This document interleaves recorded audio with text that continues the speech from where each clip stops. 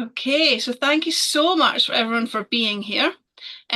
Just as I said before, I have had Wi-Fi and tech issues all day, so I'm really hoping that everything goes smoothly, but we are recording it, so for any reason I get kicked off, I will fully record this and send this out to you. I'm going to try and get through a lot in the next hour or so. I'm going to try and do it the next 45 minutes so we get plenty of time for Q&A. We've got 41 people signed up, so Susan's going to let people in. We are recording it for those who can't make it. I think from just scanning through who's here already, I know quite a lot of you, but for those who don't, my name's Heather and I run Clarity Consultants, a business growth consultancy based in Glasgow. And I'm also the regional president for the PSA, Professional Speakers Association, West of Scotland. So normally every single month we have an in-person event, but this month head office have their impact event, which means that we don't normally do one locally. So we decided to put this on in collaboration between PSA and Clarity. So we've got something that our members and guests can come and watch. Now, when I started all the different roles I do. I also am a committee member for Highland Business Women. I'm a board member for the University Highlands and Islands. And with all the different roles I do, there's all very different communication and speaking requirements needed. And that's what got me into more learning about how to speak better, whether it's walking into a networking event or it's speaking on a stage, doing a workshop, etc. It became a real interest. And the first question that people always ask or do not know how to answer is, what do I charge as a speaker? And I suppose the honest answer is that there is no hard and fast rules or fees, but that doesn't mean you should panic, you should guess, or just say yes to everything. So, shall we get started? The aims tonight, I want you to become clear about the different types of gigs that are out there for speaking. I want you to know what makes you valuable and bookable, and also to choose a rate with more confidence as well. So first up, why does pricing feel really awkward? And I think any talk of money, it's the same, isn't it? People don't like to talk about money. It's awkward. Like if I ask you all to unmute yourself and tell me what you get paid or what you pay yourself, you're all going to stay on mute. Nobody wants to have that conversation. So it is no different when it comes to pricing as a speaker. A lot of it, people feel judged if they're charging too little, are they underselling themselves? If they're charging too much, will they be seen as big-headed or people laugh at them? Um, but the reason people are so awkward about talking about it are these reasons, but also because we just don't know. People don't know until they get into that field, until they start speaking, until they start having open conversations. And the fact that so many people signed up for today shows that everybody's in the same boat. It's like when you go to a networking event and it's dead awkward talking to people for the first time. Everybody's in the same boat there, and we're all in the same boat here. It's hard to know what to charge. And what we need to be doing is having more open and honest conversations like this. Um, it also, speaking is different for everybody. So workshops are different to keynote speakers, to panel events. So you might do all of them, might do one or two, but because there's all these different types of speaking and different numbers within an audience, it just makes it so confusing. Um, so for transparency, if I'm asking you to be open and honest and start creating conversations about what to charge and what you should be paid, I thought I will start with telling you what I get paid to speak. So I do gigs for free. I do gigs that I pay to be at, and I do gigs that I get paid for. I do all of them for very different reasons, and we'll go into them. Mostly, I do a lot of talking for free because it widens my audience. I've also been paid up to £1,000 to speak, but I would say on average it's between £500 and £700 that I get paid to speak. And I also, as yet, have not paid to be on a stage, but I have paid my own accommodation and expenses and travel to go to be on a stage. So if I feel that I want to test something or it's the right audience, I will go there and I will pay to get there. And I would pay to be on a stage if I thought it was the right stage to be on. Um, do I think my pricings are correct? Probably not. I am still learning as well. I've done a lot of training. I've gone to a lot of speaking workshops. And because of that, because I've been speaking to different people and those people in those rooms are in the same boat as me, we can have those open, honest conversations. So when should you speak for free? We're going to look at when you should speak for free, when you should get paid to speak, and when you should pay to speak. And then we'll go into the things that you need to look at before you decide on what price you're going to charge. So you're not going to get the answer right at the start. You're going to have to go through the work. I can see there's lots of chat coming in. I'm going to go through all the questions at the end so I make sure that I get through all the content. But I am here all night so we can go through all the questions. Do not worry. I do feel if I go through questions now, I'm going to get totally sidetracked and we'll never get to the end. So, when should you speak for free?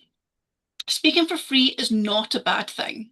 And a lot of people are like, oh, I'm not charging yet, or they see it as a stigma. I did a gig for free, but it's not a bad thing, but it does need to be strategic.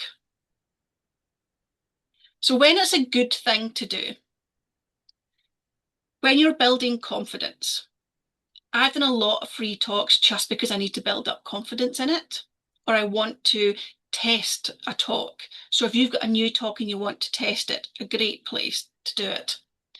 When you're trying a new audience or a new sector to see if your talk hits well, or when there's a genuine opportunity for visibility, content, credibility, or future bookings. And this is where I do a lot of talks. I do a lot of talks for free where my audience is in the room, where I'll get great visibility. Sometimes I need pictures and videos, and so I'll need content. And a few times it's about the credibility, the fact that that company wants me to talk, I will be there. And a lot of the time as well, it might just be because it aligns with your values. And that matters too, depending on what your talk is. So I work with a client who is amazing at what she does, works in the third sector, and she does a lot of talks that are for free because it aligns with her values within that third sector arena. Now, I can see people taking notes. I will send you these slides afterwards as well, if that helps you. So when not to talk for free, and this goes back to the start where I was saying you don't just take every gig that's going because you don't know what to charge at the moment. So there are reasons not to talk for free. And even if you do decide to talk for free, you still need to know what you're getting back out of it. And we'll cover that in a bit more detail shortly. But when not to speak, when they clearly have a budget but they don't want to pay you. Now, I have been in a situation where I've talked for free and other people have been paid. They do not value you. They do not put you. Now, there are different situations where there'll be different pay grades for the different types of professional speakers or their expertise, which is absolutely fine. But if they are asking you to speak for free because they have a budget and you know they do, that is an issue. And while it might sound really underhand, it happens a lot more than you would think. If the audience is wrong, then there's no point speaking to them. If the event is badly organised, this is a big one. If it's the organisation, the run up to an event isn't great, it's not likely that it's going to be great on the day. That's the sort of time I'm like, I am not taking slides. I'm not taking anything that requires in tech because I've been to so many events where the tech doesn't work. And that you know it, you know in the run up to it, it's going to be like that. It takes too much out of you for very little return. Again, it comes back to if it's not the right audience, then why are you doing it? What's the purpose in doing it? If you're only saying yes because you feel you should, now this happens a lot, particularly if you're in business communities or you're close to people or you've been their client, they've been your client, you feel you should talk, you should speak. That's not a reason to do it. And also it involves high costs. So like I said, I have gone to events and talked for free and it's cost me money, but that's a choice I've made. If you're not ticking any of these boxes that it's a benefit to you and it's expensive, again, I'd say that's a no-go. Free should be a decision and not a default. And I think as as emerging speakers, as people learning to speak and learning to charge, we take stuff for free just because we've been offered this opportunity. That's a default. It shouldn't be like that. Okay, so when should you pay to speak? So I do a lot of speaking for free, um, but I also would speak for free if pay to speak, if the opportunities came up.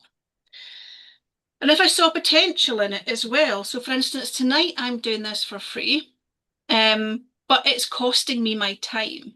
So while I'm not paying to do it, it is costing me time. Like I said, I've been to lots of events where currently I've not paid to be on the stage, but it's cost me hundreds of pounds to be there. But there are big events like the likes of Red Bull do massive events that you can speak on the stage, but it will cost you thousands. So there's loads of stuff out there. But why would you pay to speak? So if the audience is exactly where your future client or bookers are, you want to be there. If the credibility of that stage is genuinely worth it, then you're happy to pay. If the package is good enough, what are you getting included? Because you don't want to pay just to be on a stage. What other stuff are you getting? Are you getting video content? Are you getting photography, opportunities to speak, extra PR? So what are the different things that you are getting?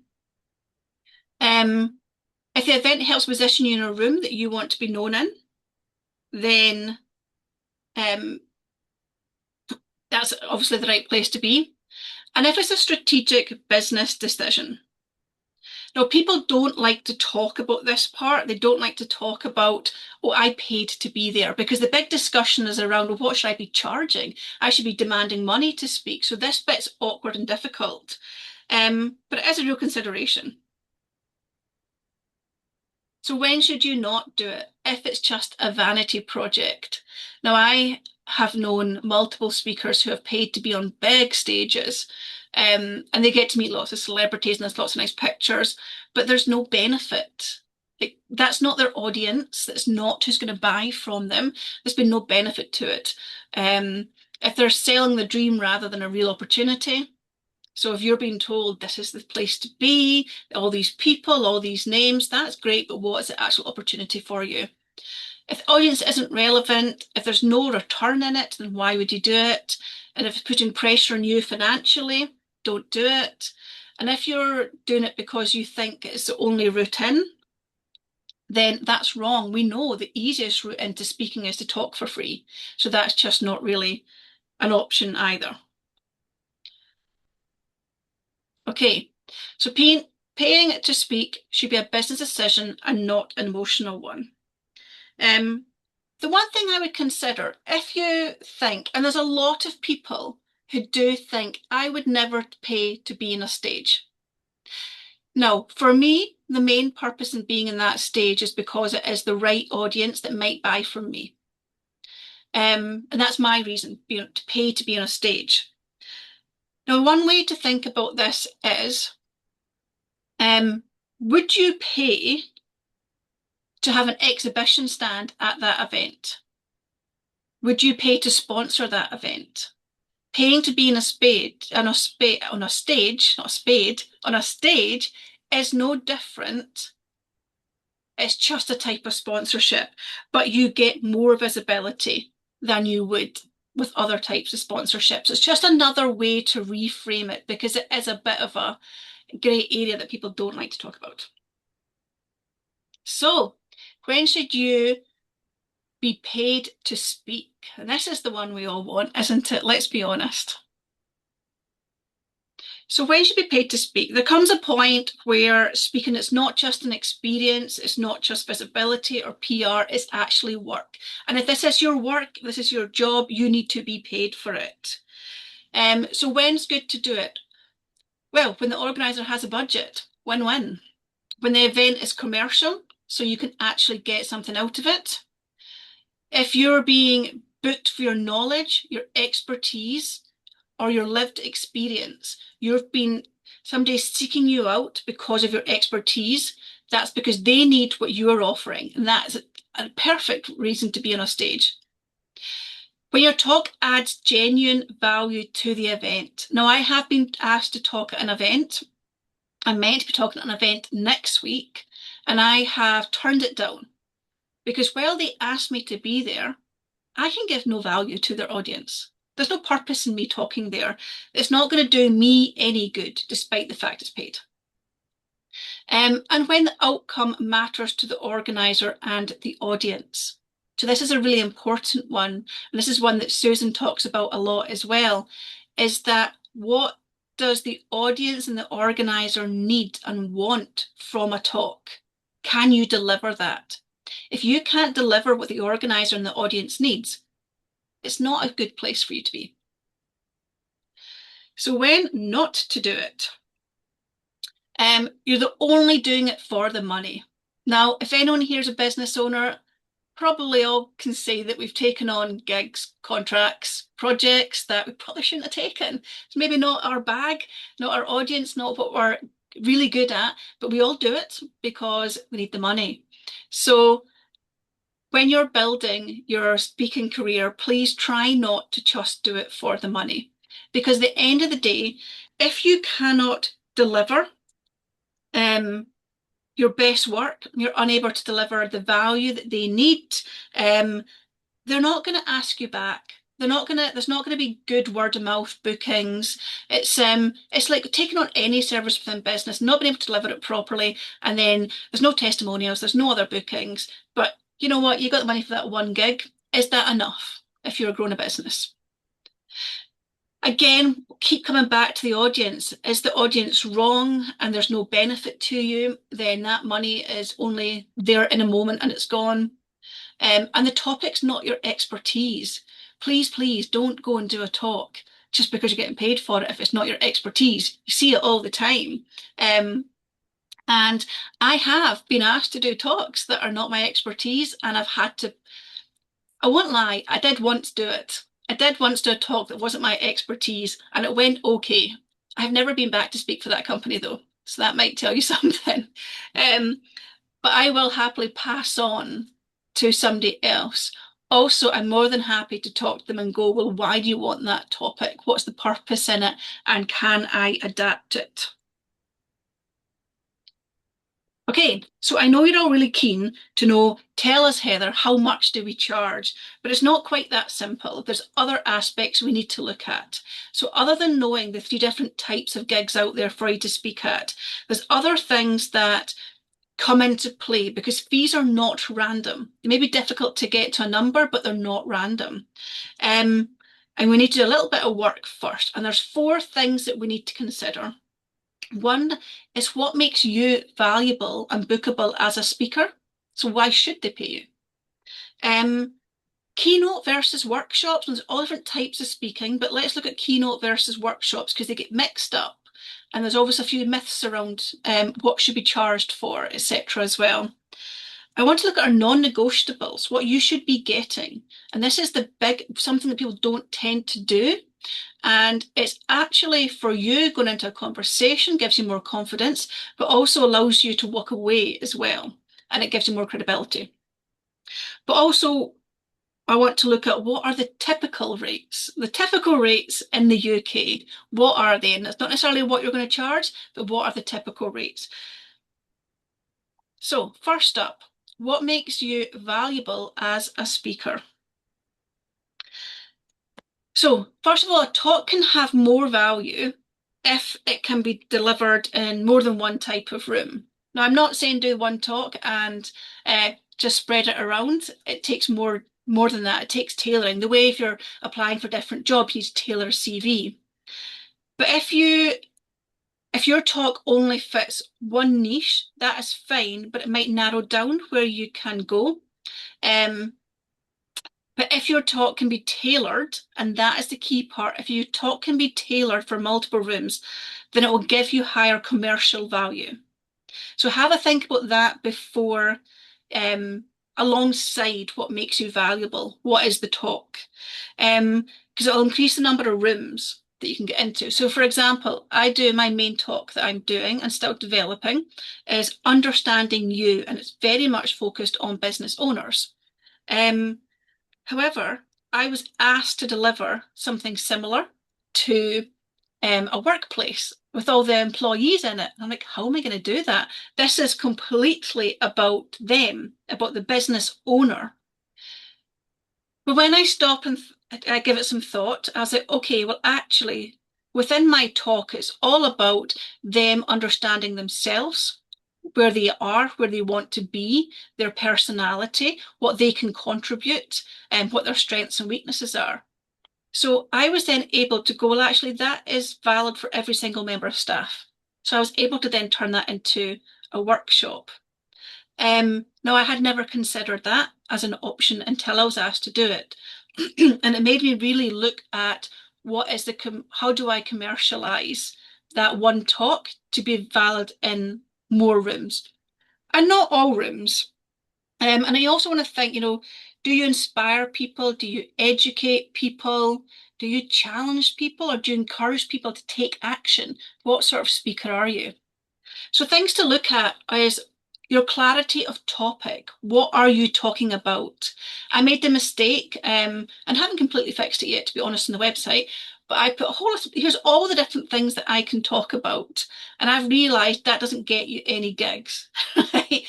If I didn't get any speaking gigs, just going, here's my portfolio of things I could, rustle up a talk on. It didn't work for me at all. So be clear on your topic, and it can have lots of nuances and tweaks, but what is your topic? And who is your audience? And again, is it niche? Is it wide? Kind of adapted? Your strength of delivery. So if you're really new in the game of speaking and you're quite nervous about it, then that will come across. Your expertise as a speaker puts your value up. Well, sadly, that's just practice and audience and getting better as you go. So being really clear about your strength and where you are right now is key. And what is your confidence on stage like? I know I am really good at delivering workshops. I'm really naff at delivering keynotes because I feed off people. So I know that I need that interaction from people. So I'm confident on stage if I'm delivering a workshop, but I am not so confident doing a keynote. And it's okay. That's all right to know where you're at. And your experience and expertise. So these really matter. It's okay. We all have different levels of where we are. We all want to get better. We all do this for different reasons. There's an audience and a place for everybody, but know where you're at just now. Your lived experience, where relevant, is key.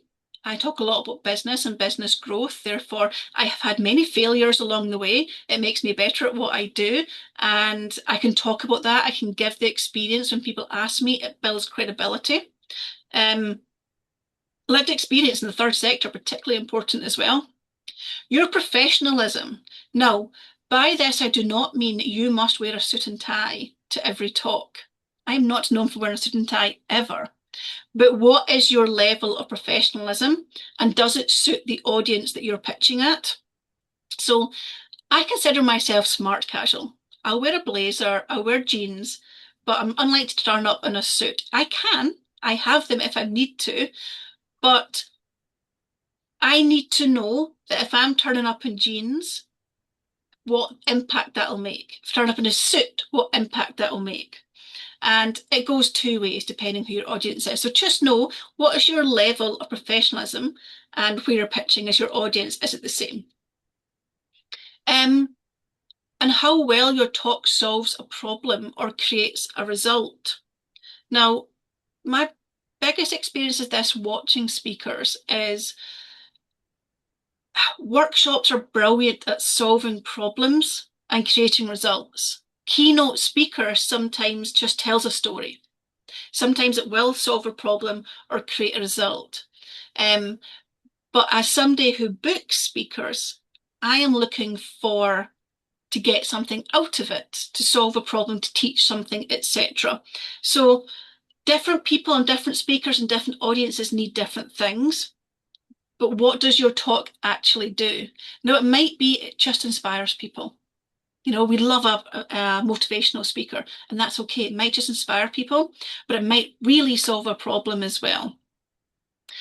And how well does your talk fit a specific room as well? Know the rooms to talk in.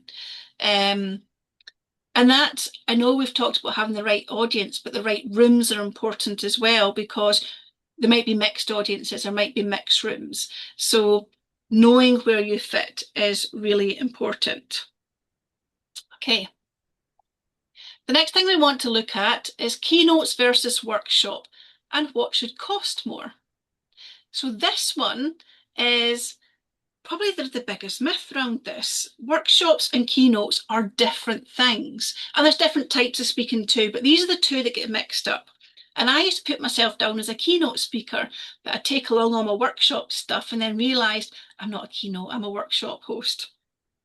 In many cases, workshops should be charged more than keynotes. And everyone thinks standing up on a stage being a keynote, you should be charging the big bucks. Actually, it's normally the other way around. So if you think of a keynote, you're usually more inspirational or thought-provoking. It's often more about perspective and the message that you're giving across. And it doesn't usually involve a lot of direct interaction with people. So as long as you've nailed a really good keynote, you can get up and just deliver it. Workshops are much harder, therefore should demand more money. And different stages will be different costs, but in general, workshops should demand more money. They're longer, they create a lot more facilitation, a lot more questions that you cannot prepare for. There's more audience interaction, there's more tailored outcomes, and there's more pressure for you to give people something practical. Doing a keynote, you're just standing up talking. So yes, you have to deliver the right feeling for them. You have to deliver what the booker wants. But in a workshop, you are there in front of people. So there's a lot more involved in that. And there is this massive thing that if you stand on a big stage, you're getting paid more money. I always get paid more to run a workshop than ever just standing up talking. And that has been a bit of an eye-opener and a realization for me. Okay, your non-negotiables. Now, this for me is one of the most important things that you should be doing. Yes, obviously your talk is important, but this is so key, and it's something that most people don't do. It builds confidence before you even go into a conversation with a booker. But it also gives you leverage, and it makes you look more professional, and your fee isn't the only thing. So what are your non-negotiables? Your fee might be non-negotiable if you don't get any of your other non-negotiables. Okay, so you're going to have your fee, which we'll come to. Your travel, and these, you might pick one or two or three of these, it's up to you. But is your non-negotiable that your travel is covered? And these things are particularly important as if you are talking for free, particularly what your non-negotiables are to make it worthwhile. Is your accommodation and expenses covered? What about photography or filming? In the PSA, we can't pay people to speak. We can teach them, we can give them workshops, we can give them value, and we can give them photography, and we can give them a film of their talk. And that's what we can offer in return to speak. So what are your bookers offering you? Are you getting the audience details? Now, this one is something that you would have to negotiate in advance due to GDPR issues. Or not issues, just the law. But yeah, it's something you would have to Be Sure is contracted not just for before the booking stage for the guests, so they know that their stuff's getting sent out to people. But that is a massive value if you can get the details of everybody sitting in the room. Can you sell from stage? Now, let's be honest, none of us like to go to events where we're just going to get sold to in every single speaker. But if you are doing it for free, then you have to get value. So can you sell from stage? Whether you can get access to the attendee data, so not only just who's in the room, but what data do they have? Are they early bookers? Are they, is it mostly male or female? Where's the geographical spread as well? So is there data that you can get? Does it align with your values? And there's a lot of places that some people won't talk because of certain values or certain companies or campaigns that companies support. So do your values, are they highest on your list? And also, does it help you test a new sector? So know what your non-negotiables are before you do anything else. Because that way, when you go into a conversation, and it might not be the money you want, it might not be ideal, at least you know if I can get X, Y, and Z out of this, then that gives me something to work with. Okay. And the last one, which is probably the one you're most interested in before we talk on to what you're going to charge, is what do speakers typically get paid in the UK? Now, it's important to be honest and say that there are typical ranges within the UK, which we'll talk about here, but they're not a fixed rule, but they'll give you some context, something to work to. So if you are very early on, you'll be doing more free gigs, and potentially for expenses only, or charging between the £100 and £300 mark. When you start getting more traction and you're really clear in your talk and you're getting booked into the right rooms, now it might take some proactive working, but normally we'll work up down these stages, then you should be looking at £300 to about £1,000. Once you're a more confident specialist speaker with a really clear message, you deliver on point, and your talk has real relevance in a commercial or professional setting, that's when you're looking at the 1,000 to 2,500 kind of mark. Once you're on the bigger stages, like you've gone beyond this, then and you have demand and you have reputation and you get to pick and choose what you do, then that's when you're looking into the thousands, 5, 10,000. And once you're a celebrity, then you can pretty much demand what you want, but we're not there quite yet. But you never know, we might get there. We might get there. I'd love to see one of you become a celebrity. So, that is your sort of average prices right now for speakers in the UK.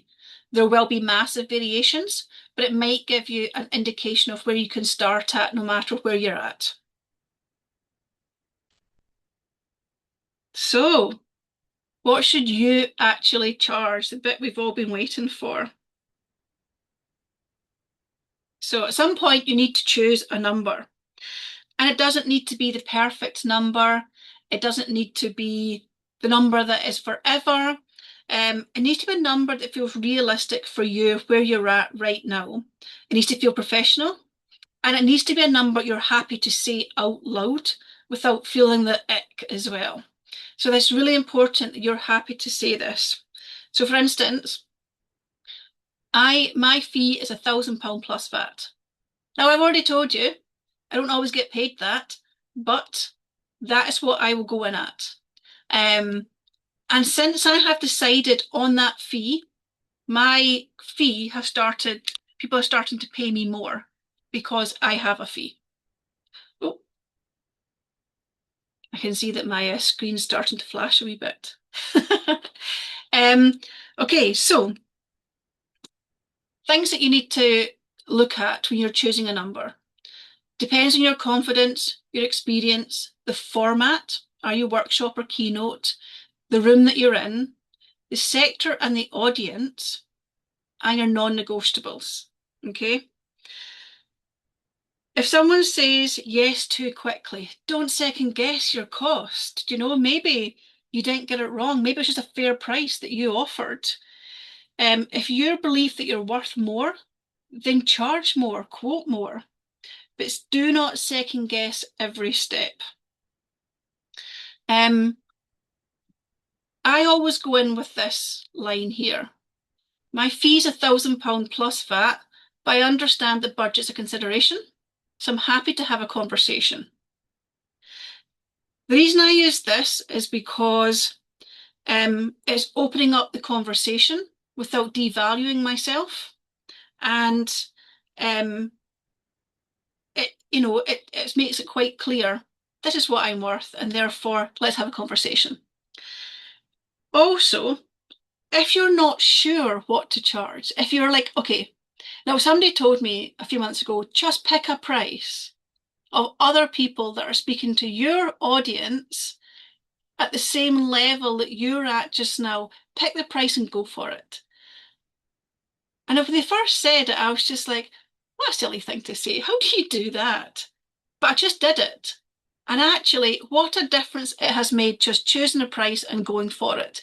Because yes, some people have paid it. Some people have come back and said, oh, it's twice what I thought, it's in my budget. Or I opened the door with a starting point and open to conversation. And when you say that and they come back to you and they just say yes, absolute winner, you know you're worth it. It gives you that confidence you need to keep charging. If they come back and say it's too much, that's when you get your non-negotiables list out.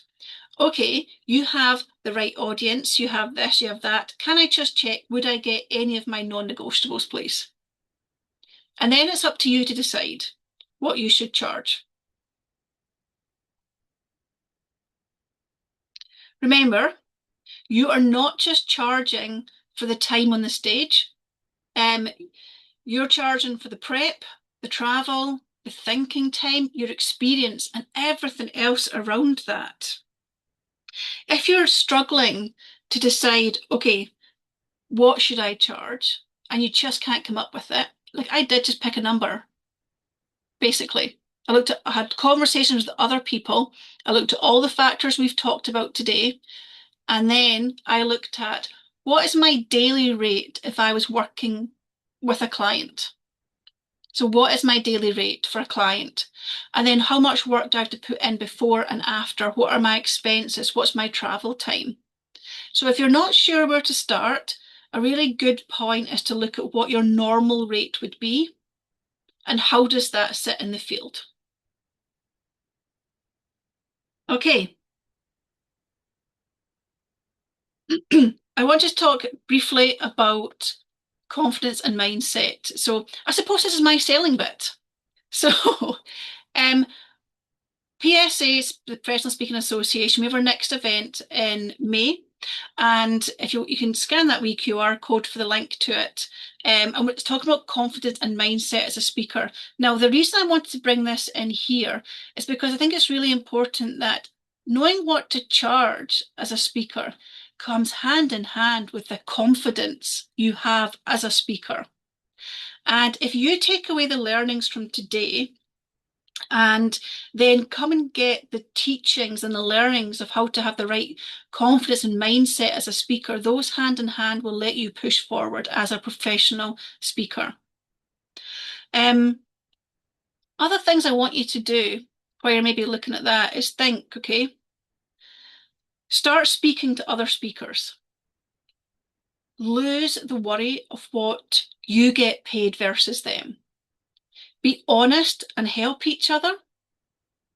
What are the other non-negotiables? What are their non-negotiables? And how do they compare to yours if they're in a similar room?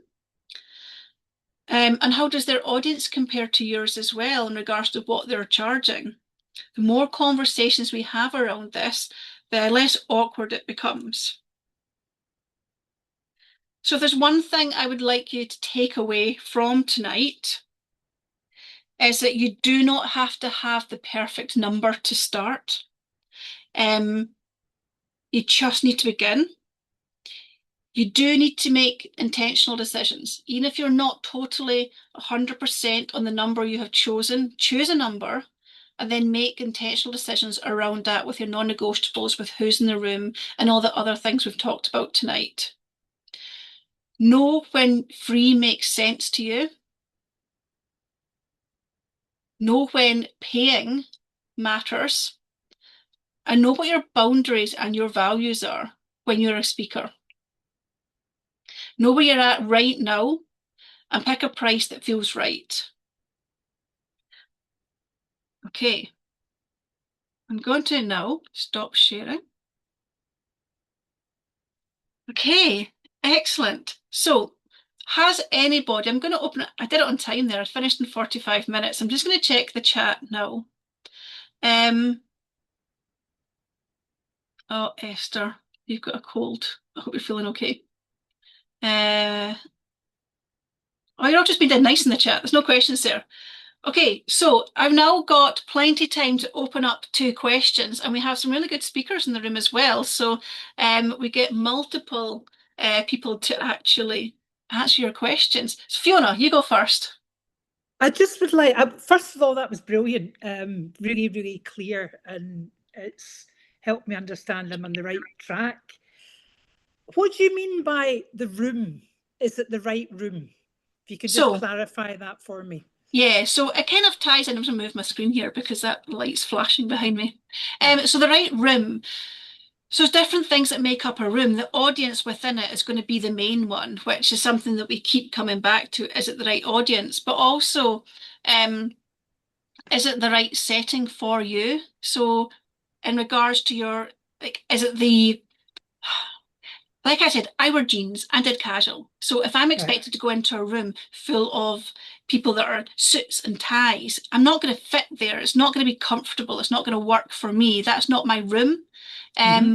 If I discovered as well that the talks that I do are very much based, they go down much better with females than males because I ask a lot of questions. I delve quite deeply into things. So that rooms for me, females are better. Now it's your audience. It's your audience, but also the feeling and the setting of the room as well. Right. So it might be your audience that's in a room, but you might feel completely out of place there. Right. Okay. Yeah. Okay. Thank you.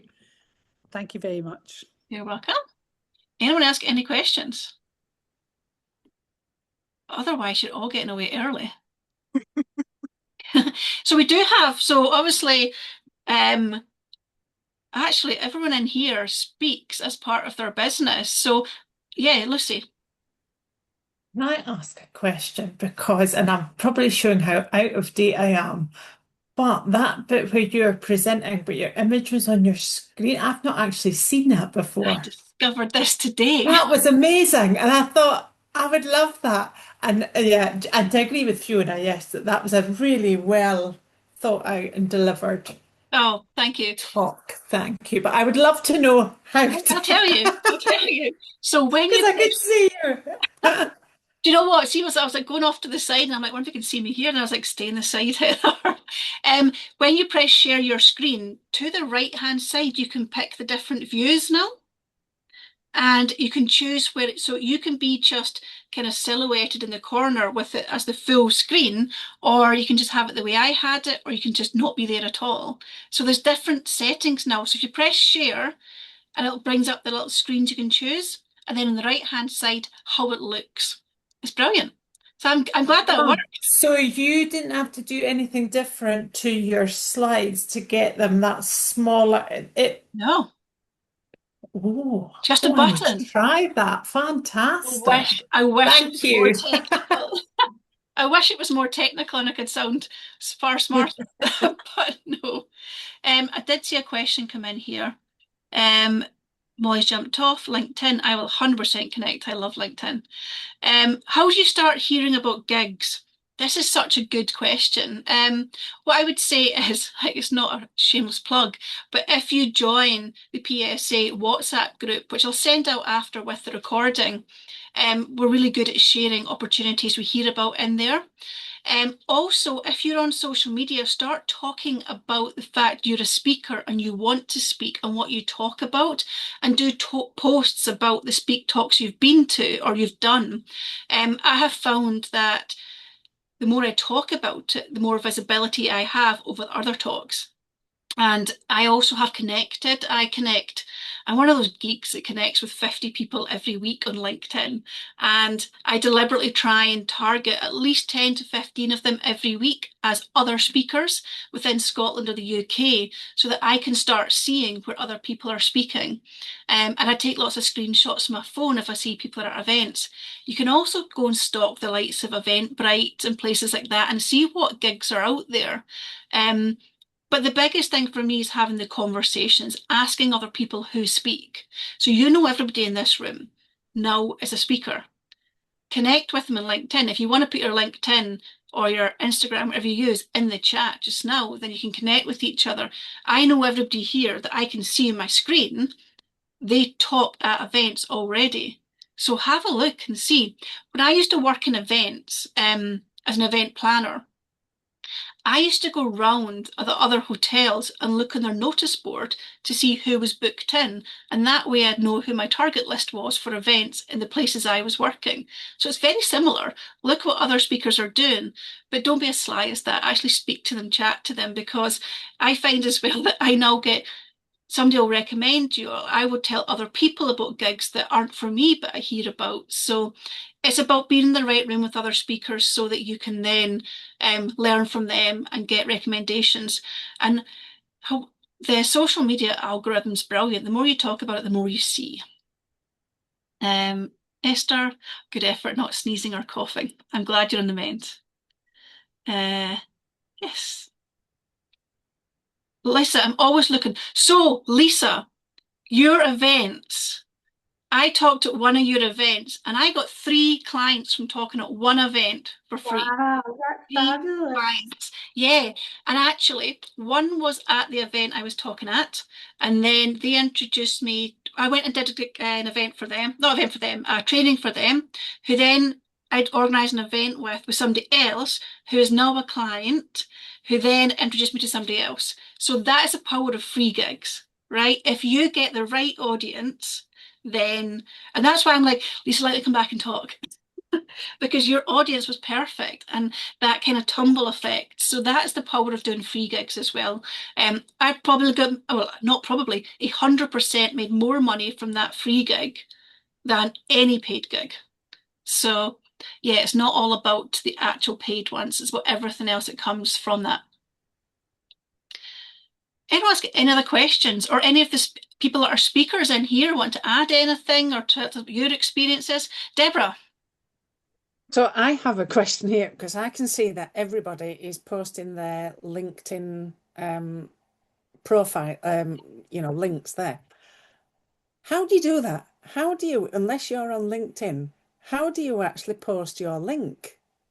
Yeah, so I guess you have to have the link. So what I have is a wee Linktree link that I just have saved, and that's got all my links in it because I can never remember any of them.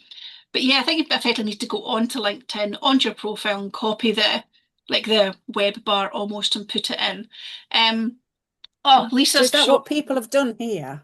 Well, I suspect if people are people sitting on just laptops, that's the quickest, easier way of doing it. But Lisa's about to tell us an easy way to do it on Yes. the phone.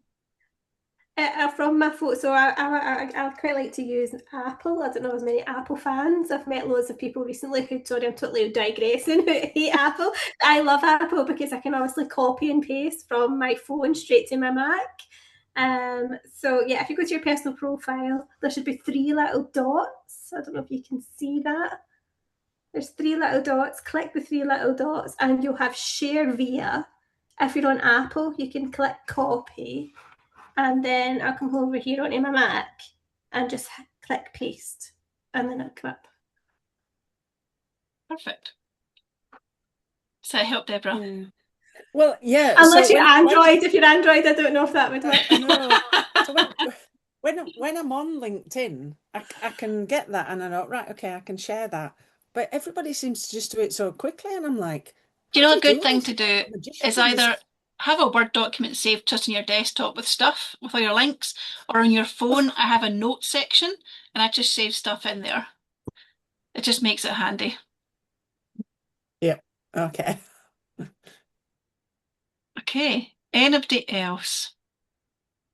Just an observation on LinkedIn. You know, if you contact people that you've not spoken to before who are speakers, they're usually more than happy to have a chat with you. And a Zoom, I had a really bizarre one during the week where someone contacted me and they were ex-CIA from America, but living in Austria. And we had a Zoom call about an hour later because they wanted to do cruise line speaking. And they'd obviously looked me up and saw that I was a cruise line speaker. And we had this really lovely chat. We're able to share just genuine information about how you go about it and what's happening. And I think we don't ask enough. Once you sit down and chat to people, they're usually very open and willing to share. Lucy and I met just recently, and we had similar sort of chat, just quite open and honest about the process. I think, and it was quite helpful. I think for both of us, it was good. So.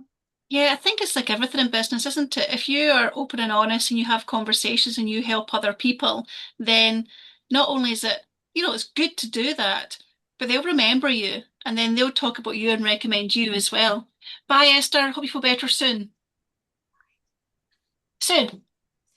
Yeah, I'm just going to agree with Rona there that speakers are really genuinely willing to help. And for me personally, that's been a real value of being in the PSA, is you then have almost an introduction to other members of the PSA, not just here in Scotland, which is wonderful anyway, of course, but also members right across the UK. And also globally through the link that we have with the Global Speakers Federation. Yeah. So yeah, it is like a sort of a family that's there to help support you and grow your business as a speaker. So yeah. And actually, and it's one thing that we don't do enough of is connecting with other members and with other speakers when we're looking for help in something. Yeah. And actually, there's quite a few people on here who I've met through PSA, and there's people on here who are PSA committee. Susan. So, yeah, no, it is. And obviously, Catherine and Lucy and Fiona, you're all members now too. So, yeah, it's, and literally, it's only been a couple of months. So, yeah, a bit of a shameless plug for PSA, but it is actually, if you do want to, thanks Fiona, if you do want to generally grow your speaker business, it's the community that is there. Everyone's trying to do the same, and what we're trying to build is something where it's not a matter of you see a gig and you keep it quiet because you want to get it. Actually, we share it and we put it in there for anybody that might, get benefit from it or learn from it as well. So it's hopefully a nice place to be. Okay, anything else? Anyone else? Oh, there's MT, our Vice President for PSA. I have been here. I've just had my camera off, but I have been here because I had to rush in from another meeting, but I've been listening. All been wonderful. MT, you've got quite a professional background there. It looks good. Obviously, you have your plants. Catherine, did you want to say something? Oh, yeah, I was just saying that just as you were talking, it come up in my screen that I'd got an invite to talk, right? And it's from people that I haven't actually done training with and speaking with probably for maybe about 6 months. And they've just messaged and said, look, here's an opportunity. Would you be interested in it? I'll need to review it, obviously.